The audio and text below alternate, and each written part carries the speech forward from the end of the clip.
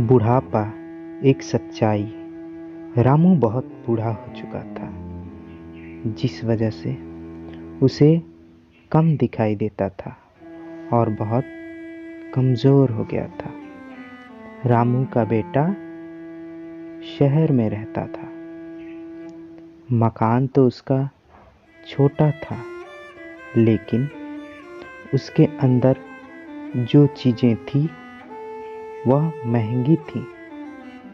उस मकान में उसकी पत्नी और एक 5 साल का उसका बेटा भी साथ में रहता था। बूढ़ा रामू अपनी पत्नी के मरने के बाद शहर में रह रहे अपने बेटे के घर रहने गया। बूढ़े पिता के आने से उनके परिवार का एक सदस्य और बढ़ गया। कुछ दिनों तक तो सब कुछ ठीक चलता रहा, लेकिन बाद में वे दोनों बूढ़े रामू की हरकतों से चिढ़ने लगे। पूरा परिवार रोज सुबह शाम डाइनिंग टेबल पर साथ में खाना खाया करता। बूढ़े पिता से कमजोरी के चलते हमेशा खाने की चीजें नीचे गिर जाता। बार बार कांच के बर्तन भी टूट जाया करते थे। एक दिन पत्नी ने कहा, ऐसा कब तक चलेगा? हमें कुछ करना पड़ेगा। रामू का बेटा भी इस बात से सहमत हो गया। अगले दिन वह एक पुराना मेज लेकर आया और घर के एक कोने में उसे लगा दिया और अपने पिताजी से कहा कि आप यहीं पर बैठकर खाना खा लिया कीजिएगा। उन्होंने एक लकड़ी का बर्तन भी बनवाया था। अपने कांच के कीमती बर्तन बचाने के लिए अपने बूढ़े बाप को लकड़ी के बर्तन में खाना देने में उन्हें जरा सी भी शर्म नहीं आई। अब तो बेचारा बूढ़ा बाप एक कोने में बैठकर खाना खाता और बाकी का परिवार डाइनिंग टेबल पर खाना खाया करता। डाइनिंग टेबल पर बैठे बैठे दोनों पति पत्नी कभी अपने बूढ़े बाप की तरफ देखते भी नहीं थे।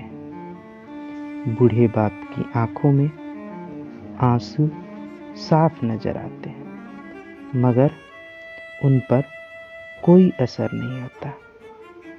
बूढ़े बापू का पोता भी यह नजारा हमेशा देखा करता था।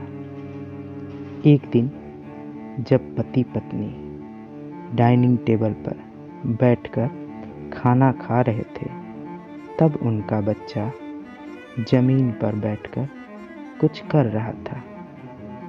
उन दोनों ने बच्चे के हाथ में लकड़ी का टुकड़ा देखा, लेकिन उन्हें कुछ समझ में नहीं आया कि बच्चा लकड़ी के टुकड़े के साथ क्या कर रहा है। बच्चे के पिता ने उससे कहा, बेटा आओ खाना खा लो, तुम नीचे बैठकर क्या कर रहे हो? तब बच्चे ने भोलेपन से कहा, अरे मम्मी पापा, मैं आप दोनों के लिए लकड़ी का बर्तन बना रहा हूँ, ताकि आप लोग जब बूढ़े हो जाओ तो इनमें खाना दे सकूं। अपने नादान बेटे द्वारा कही गई यह बात दोनों के दिल में तीर की तरह उतर गई। दोनों एक दूसरे का चेहरा निहारने लगे। बिना कुछ कहे ही दोनों की आंखों में पानी आ गया और उन्हें अपने भविष्य की किताब अपने सामने खुलती नजर आई। उन्हें समझने में देर नहीं लगी कि अब उनके साथ क्या होने वाला है।